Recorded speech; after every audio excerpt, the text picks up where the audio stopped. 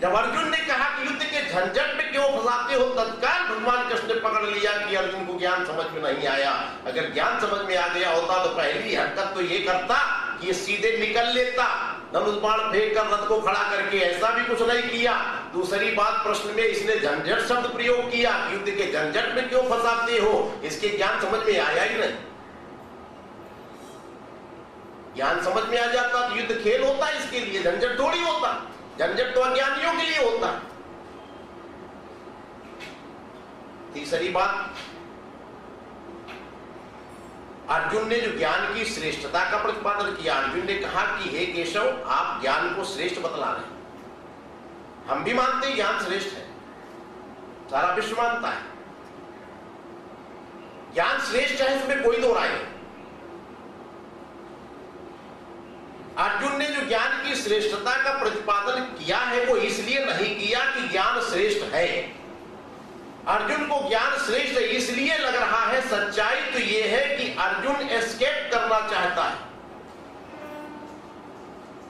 अर्जुन भागना चाहता है, अर्जुन युद्ध के परिणामों से डर गया है, अर्जुन लड़ना नहीं चाहता। वो बड़े दूरगामी परिणाम देख चुका है युद्ध का क्या होगा। हमारे भाई भतीजे सब यहां मर जाएंगे, इनकी पत्नियां विधवा हो जाएंगी, संतानें वर्णशंकर होगी, धर्म का लोप हो जाएगा, श्राद्ध किसी को पूर्वजों को पहुंच नहीं पाएगा। संतान वर्णशंकर होने से वो बहुत दूर तक सोच गया।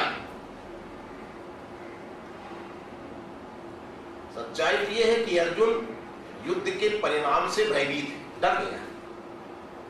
वो पलायन करना चाहता, वो भाग जाना चाहता। अब भागने के लिए सबसे बढ़िया सहारा उसे ज्ञान दिखलाई पड़ रहा है।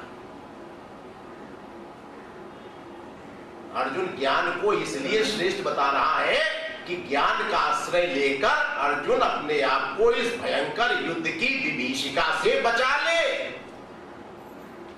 इसलिए ज्ञान श्रेष्ठ नजर आ रहा है, ज्ञान ही श्रेष्ठ है, इसलिए अर्जुन ज्ञान को श्रेष्ठ नहीं बता रहा है।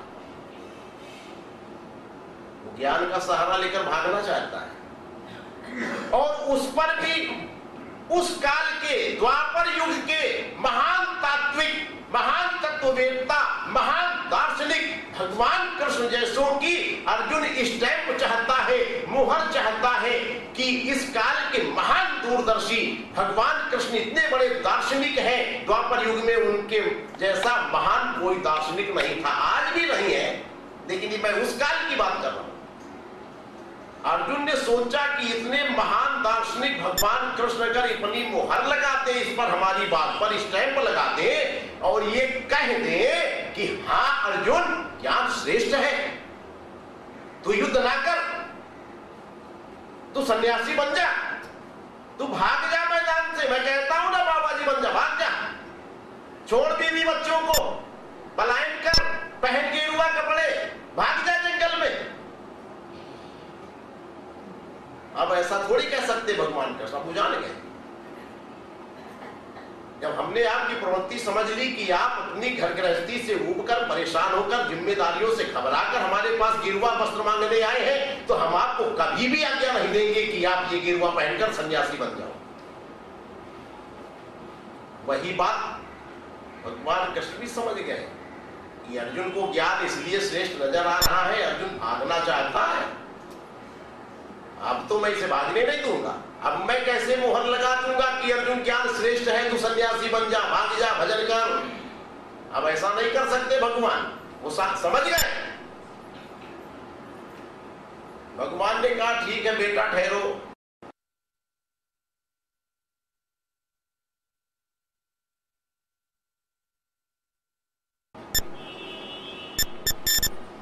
भगवान कृष्ण तुरंत समझ गए।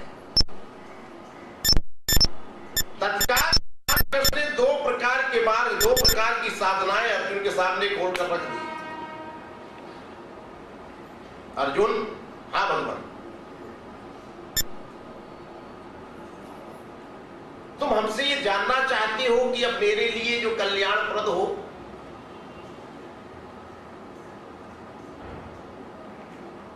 वो बताओ, जो मेरे लिए हितकर हो। अब अपना हित और अनहित तो तुम सोच लो। मैं तुम्हारे समक्ष दो मार्ग रखता हूं। ज्ञान का भी मार्ग है, एक मैं कर्म का मार्ग भी रख रहा हूं। क्या उसे भी समझ लो, तुम्हें अच्छा लगे तो कर्म के मार्ग से अपने लक्ष्य को पाने का प्रयास करो, क्योंकि ज्ञान के मार्ग वाले लक्षण तो तुम्हारे अंदर हमें नजर आए नहीं, वो तो मैंने सांख्य योग में देख लिया। मैं दो प्रकार की निष्ठा, दो प्रकार के मार्ग तुम्हारे सामने रखता हूं, एक सांख्य का, दूसरा योग का।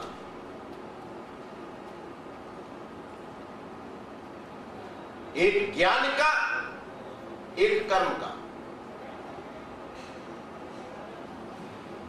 इन दोनों मार्गों में अज्ञान विषयक जो परिभाषा है दोनों की, इसमें भेद है।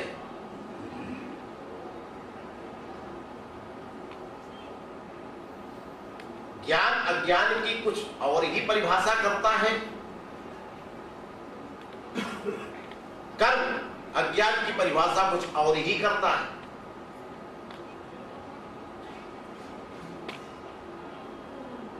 अगर ज्ञान की दृष्टि से पूछा